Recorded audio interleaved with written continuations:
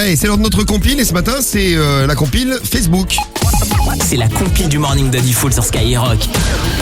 Alors, qu'est-ce qui se passe dans le monde et qu'est-ce qui se passe en France, puisque tu vas nous emmener en Bretagne à cause de Facebook. Ah oui, en Bretagne, c'est un mari, un petit ami vraiment pas content, très jaloux parce que sa meuf passait beaucoup trop de temps sur Facebook. C'est vrai qu'elle était connectée du matin au soir pour parler à ses amis. Du coup, à un moment donné, il a pété un plomb parce qu'il a découvert qu'elle entretenait des relations avec d'autres mecs. Ah oui. Il l'a menacé avec une hache, mais alors vraiment, il est venu avec la hache. Je vais te tuer.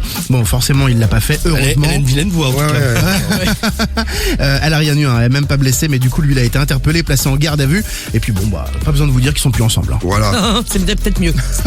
c'est bien. À la place numéro 2. Numéro 2. Attention, si vous avez décidé de faire un peu de tri dans vos amis Facebook, d'en supprimer, ça peut être risqué. Ça s'est passé à Châteauneuf-sur-Sarthe, dans le Maine-et-Loire.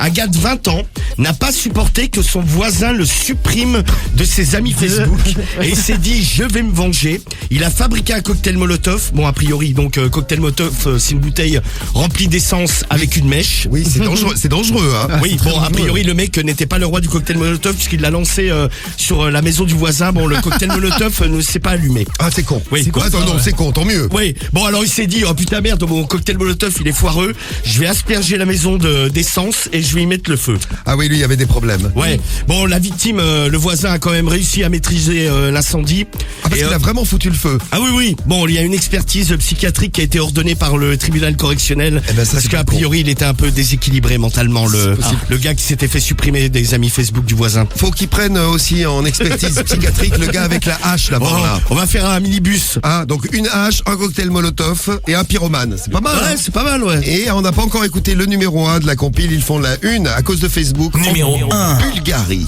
Eh ouais, direction la Bulgarie en effet. Faites très attention à Facebook. Ah, à tes souhaits. Mettez vos masques. Mettez vos masques.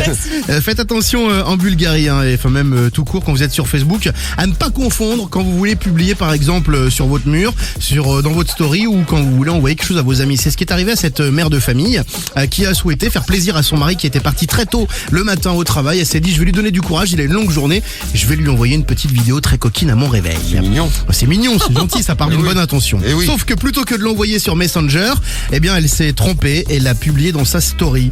Ah, c'est con.